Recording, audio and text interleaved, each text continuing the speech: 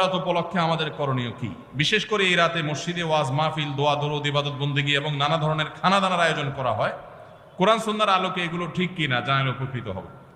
ভাইরা আমার, লাইলাতুন নিসফি মিন শাবান, যেটাকে আমরা শবে বরাত বলি, এই লাইলাতুন নিসফি মিন শাবানে আল্লাহ তাআলা হিংসুক এবং মুশরিক ছাড়া বাকি মানুষদেরকে, বাকি মুসলমানদেরকে আল্লাহ তাআলা সাধারণ ক্ষমা ঘোষণা করেন মর্মে একটা হাদিস আছে।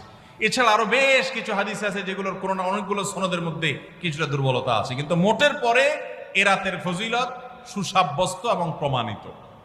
কিন্তু এর মানে এই নয় যে এই রাতকে কেন্দ্র করে আমরা যা করি আমাদের দেশে তার সব সঠিক। আমাদের দেশে লাইলাতুল বরাতে মানুষের যে ভিড় মসজিদগুলোতে, এটা তো ভালো জিনিস যে মানুষ মসজিদে আসছে, কিন্তু অন্যদিন না এসে এই রাতে বেশি আসার কারণটা কি? লাইলাতুল কদর বেশি ফজিলতপূর্ণ নাকি এই রাত বেশি ফজিলতপূর্ণ?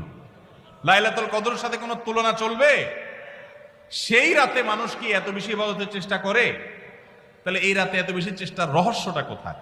রহস্য হলো আমাদের দেশে মানুষ মনে করে যে এই রাতে ভাগ্য ঠিক হয়, অতএব সারা বছর যাই করি না করি এই একটা রাত মসজিদে গিয়া আল্লাহ বিল্লাহ করে যদি সারা বছরের ভাগ্যটা ঠিকঠাক করা যায়, এরপর আর মসজিদে যায় কেনা। এই চালাকি করলে কি ভাগ্য ঠিক হয়ে যাবে?